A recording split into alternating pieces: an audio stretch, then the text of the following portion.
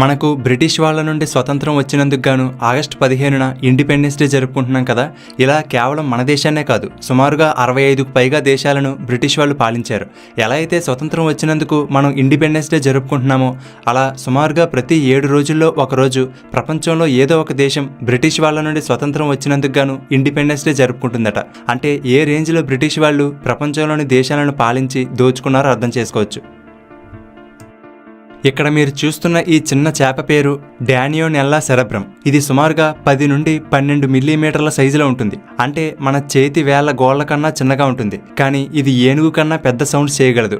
అంతేకాదు, ఒక bullet పేలిన sound, fire crackers నుండి వచ్చే సౌండ్, అంబులెన్స్ సైరన్ కన్నా పెద్ద సౌండ్లను ఈ చేప చేయగలదు. ఇది చేసే సౌండ్ 147 డెసిబుల్స్ వరకు చేరుకుంటాయి. అది ఒక జెట్ ఇంజన్ నుండి వచ్చే సౌండ్తో సమానం. ఈ చేప చేసే సౌండ్ ఎలా ఉంటుందో మీరు కూడా వినండి.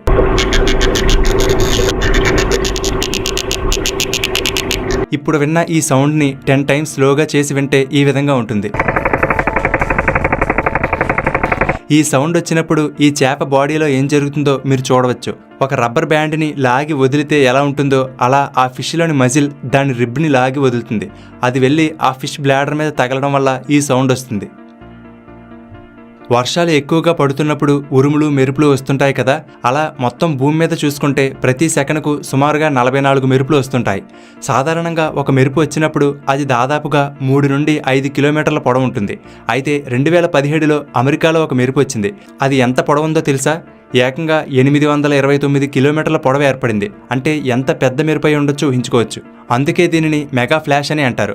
ఈ మెరుపు అమెరికాలోని టెక్సాస్ నుండి కాన్సాస్ సిటీ వరకు ఏర్పడినట్టు వెదర్ శాటిలైట్స్ ఇమేజెస్ ద్వారా దీనిని గుర్తించారు. WMO ప్రకారం ఇప్పటి వరకు రికార్డైన అతి పొడవైన లైట్నింగ్ ఫ్లాష్గా దీనికి రికార్డు ఉంది. ఇది ఎలా ఉంటే, ఒక మెరుపు ఏర్పడినప్పుడు అది సుమారుగా 0.2 సెకండ్స్ వరకు ఉంటుంది. అంటే క్షణంలో వచ్చి వెళ్ళిపోతుంది. కానీ 2020లో ఉరుగ్వే దేశంలో ఒక మెరుపు ఏర్పడింది. అది ఏకంగా 17 సెకండ్ల పాటు అలాగే ఉంది. లాంగెస్ట్ డ్యూరేషన్ ఉన్న లైట్నింగ్గా దీనికి రికార్డు ఉంది. తెల్లవారుజామునే సూర్యుడు ఉదయించకముందే కొంచెం చీకటితోనే కోళ్లు లేచి అరుస్తూ ఉంటాయి కదా. ఎందుకో తెలుసా? కోళ్లు అలాగే కొన్ని పక్షులు మనం చూడలేని లైట్ని కూడా అవి చూడగలుగుతాయి. ఎలక్ట్రోమాగ్నెటిక్ స్పెక్ట్రమ్ని చూసుకుంటే మనుషులు కేవలం 400 నుంచి 700 నానోమీటర్స్ వేవ్ లెంత్ ఉన్న విజిబుల్ లైట్ని మాత్రమే చూడగలరు. కానీ కోళ్లు మనకంటే కొంచెం ఎక్కువ రేంజ్ని, అంటే 350 నానోమీటర్ల నుండి 750 నానోమీటర్ల రేంజ్ వరకు చూడగలవు. అంటే కొంత అల్ట్రావైలెట్ వేవ్స్ని, ఇన్ఫ్రారెడ్ వేవ్స్ని కూడా చూడగలవు. మనిషి కంటిలో 3 రకాల కోన్ సెల్స్ ఉంటాయి. కానీ కోళ్లలో 4 రకాల కోన్ సెల్స్ ఉంటాయి. అందుకే మనకన్నా ఎక్కువ రేంజ్ లైట్ని చూడగలవు. కాబట్టి ఉదయమే మనకి చీకటిగా ఉన్నప్పటికీ సూర్యుని నుండి వచ్చే ఎలక్ట్రోమాగ్నెటిక్ రేడియేషన్లోని ఇన్ఫ్రారెడ్ వేవ్స్ని కోళ్లు 30 నుండి 45 నిమిషాల ముందే పసిగట్టి అవి ముందే లేచి అరుస్తాయి. అంటే ఉదయం మనం లైట్ని చూడడానికి 45 నిమిషాల ముందే ఇవి ఇన్ఫ్రారెడ్ వేవ్స్ని చూడగలుగుతాయి. అలా గ్లోబల్గా చూసుకుంటే average internet speed 50 to 100 Mbps speed ఉంటుంది. కానీ ఇప్పుడు జపాన్ వాళ్ళు ఇంటర్నెట్ స్పీడ్లో ఒక కొత్త రికార్డుని సెట్ చేశారు. జపాన్కి చెందిన NICT సుమిటోమో ఎలక్ట్రిక్తో కొలాబరేట్ అయ్యి 1.02 పెటాబిట్స్ పర్ సెకండ్ స్పీడ్ని అచీవ్ చేశారు. 1.02 పెటాబిట్స్ పర్ సెకండ్ అంటే 102 కోట్ల Mbps స్పీడ్తో సమానం. ఇప్పటి వరకు రికార్డైన ఫాస్టెస్ట్ ఇంటర్నెట్ స్పీడ్ ఇదే. మన ఇండియాలో యావరేజ్ ఇంటర్నెట్ స్పీడ్ 63.5 Mbps. ఈ స్పీడ్తో పోల్స్తే 1,60,00,000 రెట్లు ఎక్కువ ఫాస్ట్గా అనమాట. ఈ 1.02 PBPS స్పీడ్తో నెట్ఫ్లిక్స్లో ఉన్న అన్ని movies, web series, TV shows, documentaries ఇలా అన్నిటినీ కేవలం 1 సెకండ్లో డౌన్లోడ్ చేయవచ్చు. అంతేకాదు, స్పాటిఫై నుండి 1 సెకండ్లో 6,70,00,000 సాంగ్స్ని డౌన్లోడ్ చేయవచ్చట. 1 సెకండ్లో డౌన్లోడ్ అయిన ఈ సాంగ్స్ అన్నిటినీ కంటిన్యూస్గా వినాలంటే 1,27,000 సంవత్సరాలు పడుతుంది. ఈ టెక్నాలజీ కోసం స్పెషల్గా డిజైన్ చేసిన 19 కోర్ ఆప్టికల్ ఫైబర్ కేబుల్ని యూజ్ చేశారు. రెగ్యులర్గా యూజ్ చేసే ఆప్టిక్ ఫైబర్లో డేటా సింగిల్ లైట్ పాత్ ద్వారా క్యారీ అవుతుంది. కానీ దీనిలో 19 సెపరేట్ పాత్లు ఉంటాయి. సింపుల్గా అర్థం అవ్వాలంటే, ఇక్కడ డేటా అనేది వెహికల్స్ అనుకుంటే, ఇప్పుడు మనం యూజ్ చేసేది ఒక సింగిల్ రోడ్. సింగిల్ రోడ్లో ఎక్కువ వెహికల్స్ వెళ్ళడానికి టైం పడుతుంది. కానీ జపాన్ వాళ్ళు డెవలప్ చేసింది 19 లేన్లు ఉన్న సూపర్ హైవే లాంటిది. ఎక్కువ వెహికల్స్ ఈజీగా ఫాస్ట్గా మూవ్ అవుతాయి కదా, అలా అన్నమాట. భవిష్యత్తులో cloud computing, autonomous vehicles, AI, streaming వంటి ఎన్నో టెక్నాలజీస్కి ఈ హై స్పీడ్ ఇంటర్నెట్ ఉపయోగపడుతుందని చెప్తున్నారు. అయితే ఇప్పుడే ఈ స్పీడ్ అందరికీ అందుబాటులోకి రాదు. దానికి చాలా టైం పట్టవచ్చు. ఎందుకంటే ప్రస్తుతానికి మనం Mbps స్పీడ్ వాడుతున్నాం. తర్వాత GBPS, నెక్స్ట్ TBPS, ఆ తర్వాత PBPS స్పీడ్ని యూజ్ చేయగలం. మనందరికీ తెలుసు ఏదైనా హెల్త్ ఇష్యూ వస్తే మెడిసిన్స్కి ఎంత ఖర్చు అవుతుందో. కొన్ని వ్యాధులకు ఒక్కొక్కటి 5,000 నుండి 10,000 రూపాయలు విలువ చేసే ఇంజెక్షన్లు కూడా వాడుతున్నారని మనం వింటూ ఉంటాం. అయితే ఈ ప్రపంచంలోనే మోస్ట్ కాస్ట్లీయెస్ట్ మెడిసిన్ ఒకటి ఉంది. అది ఒక ప్రైవేట్ జెట్ కాస్ట్ కన్నా ఎక్కువ. అదే లెన్మెల్డీ. ఈ ఒక్క ఇంజెక్షన్ విలువ $4.2 మిలియన్, అంటే మన రూపాయల్లో సుమారుగా 37,25,00,000. ఇది చిన్నపిల్లల్లో మెదడు మరియు నాడీ వ్యవస్థని దెబ్బతీసే MLD, మెటాక్రోమాటిక్ లూకోడిస్ట్రోఫీ అనే రేర్ అండ్ డెడ్లీ జెనెటిక్ డిజార్డర్ని ట్రీట్ చేయడానికి వాడతారు. బాడీలో ARSA అనే జీన్లో మ్యూటేషన్ వల్ల ఈ డిజార్డర్ వస్తుంది. ఇది నర్వస్ పైన ఉండే మైలిన్ అనే ప్రొటెక్టివ్ లేయర్ని డ్యామేజ్ చేస్తుంది. దీనివల్ల చిన్నపిల్లల్లో కదలడం, నడవడం, మాట్లాడడం, చివరికి తినడం, గాలి పీల్చే సామర్థ్యాన్ని కూడా కోల్పోతారు. ఈ వ్యాధి వచ్చిన వారు సుమారుగా 7 నుండి 10 సంవత్సరాలకు మించి బ్రతకలేరు. అలాంటి వ్యాధిని ఈ ఇంజెక్షన్ క్యూర్ చేయగలుగుతుంది. అది కూడా ఒక్కసారి డోస్ ఇస్తే చాలు ఈ వ్యాధి నయమైపోతుంది. ఏవైతే డిఫెక్ట్స్ ఉన్న జీన్స్ ఉన్నాయో వాటి హెల్తీ కాపీ జీన్స్ని తీసుకుని పేషెంట్ యొక్క స్టెమ్ సెల్స్లోకి పంపించి దానిని బాడీలోకి పంపిస్తారు. దీనివల్ల డిఫెక్టివ్ జీన్స్ హెల్తీ జీన్స్తో రీప్లేస్ అవుతాయి. ఆర్చర్డ్ థెరాప్యూటిక్స్ అనే బయోటిక్ కంపెనీ ఈ మెడిసిన్ని డెవలప్ చేసింది. ఇది చాలా అరుదుగా వచ్చే వ్యాధి. లక్షలో ఒకరికి వచ్చే అవకాశం ఉంటుంది. అలాగే ప్రతి డోస్ కూడా పేషెంట్ని బట్టి కస్టమైజ్గా తయారు చేయాలి. ఈ కారణాల వల్లే ఈ డోస్ అంత కాస్ట్ ఉంది. అందుకే ప్రపంచంలోనే అత్యంత ఖరీదైన మెడిసిన్గా దీనిని చెప్తారు. నెక్స్ట్ ఫ్యాక్ట్ చెప్పుకునే ముందు ఒక చిన్న విషయం. అమెజాన్, ఫ్లిప్కార్ట్ వంటి షాపింగ్ సైట్లలో కొన్ని ప్రొడక్ట్ ప్రైస్లు సడన్గా డ్రాప్ అవుతూ ఉంటాయి. వీటిని లైట్నింగ్ డీల్స్ అంటారు. ఇవి ఎంతోసేపు ఉండవు, బట్ ప్రైస్లు చాలా తక్కువగా ఉంటాయి. కానీ మన బిజీ లైఫ్లో ఎప్పటికప్పుడు వాటిని చెక్ చేసుకుంటూ ఉండలేం. కాబట్టి అటువంటి ఆఫర్స్ని మిస్ అవుతూ ఉంటాం. సో దానికి బెస్ట్ ఆప్షన్ మీరు టెలిగ్రామ్ లేదా వాట్సాప్లో షాప్ మై డీల్స్ పేజ్లో జాయిన్ అవ్వండి. ఈ గ్రూప్లో అమెజాన్, ఫ్లిప్కార్ట్, మింత్రా, ఎజియో వంటి టాప్ వెబ్సైట్లలో ఉండే ఆఫర్స్ని ఎప్పటికప్పుడు ట్రాక్ చేస్తూ ప్రైస్లు డ్రాప్ అయినప్పుడు వెంటనే వాటిని ఈ గ్రూప్లో పోస్ట్ చేస్తూ ఉంటారు. అలాగే ఏ బ్యాంక్ కార్డ్ యూజ్ చేస్తే ఎక్కువ డిస్కౌంట్ వస్తుంది, life time free credit cards ఎలా పొందాలి, ఏ సేల్స్ ఎప్పుడు స్టార్ట్ అవుతాయి వంటి వివరాలన్నీ షాప్ మై డీల్స్ గ్రూప్లో పోస్ట్ చేస్తూ ఉంటారు. సో మీరు ఈ డీల్స్ ద్వారా చాలా అమౌంట్ సేవ్ చేయవచ్చు.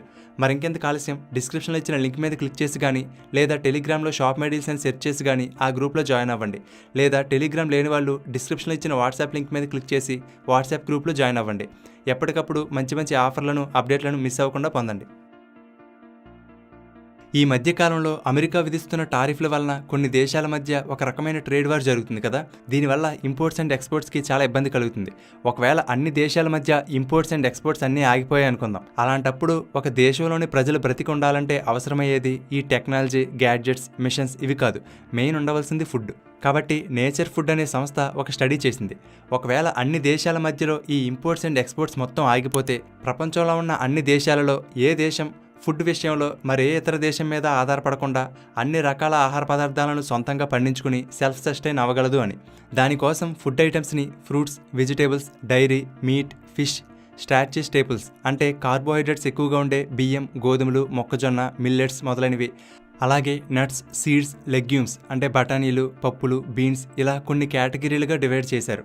వీటిలో ఏ ఒక్క కేటగిరీలోనూ వేరే దేశం మీద ఆధారపడకుండా ఆ దేశానికి కావాల్సిన అన్ని రకాల ఫుడ్ ఐటమ్స్ సొంతంగా ప్రొడ్యూస్ చేసుకోగలిగే దేశం ఏంటి అని చూస్తే ప్రపంచం మొత్తం మీద అలా ఒకే ఒక దేశం ఉంది.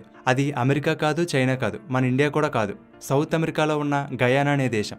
ఈ గయానా దేశం పైన చెప్పిన అన్ని కేటగిరీలోనూ తమ దేశంలోని ప్రజలకు కావలసిన అన్ని రకాల ఫుడ్ ఐటమ్స్ని కావలసిన దానికన్నా ఎక్కువే పండించుకుంటుంది. ప్రపంచంలో తనను తాను పోషించుకోగల ఏకైక దేశం ఇదే. మిగిలిన అన్ని దేశాలు ఏదో ఒక ఫుడ్ కేటగిరీలో వేరే దేశం మీద ఆధారపడవలసిందే. అయితే Afghanistan, United Arab Emirates, Iraq, Qatar, Yemen ఈ దేశాలైతే పైన చెప్పిన అన్ని కేటగిరీలలో ఏ ఒక్క ఫుడ్ కేటగిరీని తమ దేశ ప్రజలకు సరిపడేంత సొంతంగా ప్రొడ్యూస్ చేసుకోలేక మిగిలిన దేశాల మీద ఆధారపడుతున్నాయని స్టడీలో తేలింది. ఈ భూమి మీద ఉన్న మొత్తం అగ్నిపర్వతాలలో 75% ఒకే ప్రాంతంలో ఉన్నాయి. అలాగే ఈ భూమి మీద వచ్చే 95% భూకంపాలు ఈ ప్రాంతంలోనే వస్తాయి. ఆ ప్రాంతాన్ని రింగ్ ఆఫ్ ఫైర్ అంటారు. ఇది న్యూజిలాండ్ నుండి మొదలై Indonesia, Philippines, Japan, north America, south America వరకు విస్తరించి సుమారుగా 40,000 కిలోమీటర్ల పొడవుతో గుర్రపు నాడ ఆకారంలో ఉంటుంది. ఈ భాగంలో దాదాపు 450 అగ్నిపర్వతాలున్నాయి. అందుకే మిగిలిన అన్ని ప్రాంతాలతో పోల్చితే భూకంపాలు, అగ్నిపర్వతాలు పేలడం, సునామీలు రావడం ఈ ప్రాంతాల్లోనే ఎక్కువగా జరుగుతాయి. అయితే ఇక్కడే ఎందుకు ఏర్పడ్డాయి అంటే దానికి కారణం టెక్టానిక్ ప్లేట్స్. మన భూమిని చూస్తే సెంటర్లో కోర్ ఉంటుంది. దానిపైన మ్యాంటిల్ అనే లేయర్ ఉంటుంది. దానిపైన క్రస్ట్ అనే అప్పర్ లేయర్ ఉంటుంది. మనందరం నివసించేది ఈ క్రస్ట్ అనే లేయర్ పైనే. అయితే ఈ పైన ఉండే క్రస్ట్ అంతా కలిసి ఒకటే భూభాగంలో కాకుండా కొన్ని భాగాలుగా విడిపోయి ఉంటుంది. వీటిని టెక్టానిక్ ప్లేట్స్ అని అంటారు. వీటిలో 7 పెద్ద పెద్ద మేజర్ టెక్టానిక్ ప్లేట్స్ ఉంటాయి. ఇవి కాకుండా చాలా చిన్న చిన్న మైనర్ టెక్టానిక్ ప్లేట్స్ ఉంటాయి. అయితే వీటన్నిటిలో పసిఫిక్ ప్లేట్ అనేది అన్నిటికన్నా పెద్దది. దీని చుట్టూ వేరే చిన్న చిన్న ప్లేట్స్ ఉంటాయి. భూమి మీద ఉన్న అన్ని టెక్టానిక్ ప్లేట్స్తో పోలిస్తే ఈ పసిఫిక్ ప్లేట్ అనేది ఎక్కువగా అలాగే ఫాస్ట్గా మూవ్ అవుతుంది. ఎంతలా అంటే ఒక సంవత్సరానికి 7 నుండి 11 సెంటీమీటర్ల దూరం మూవ్ అవుతుంది.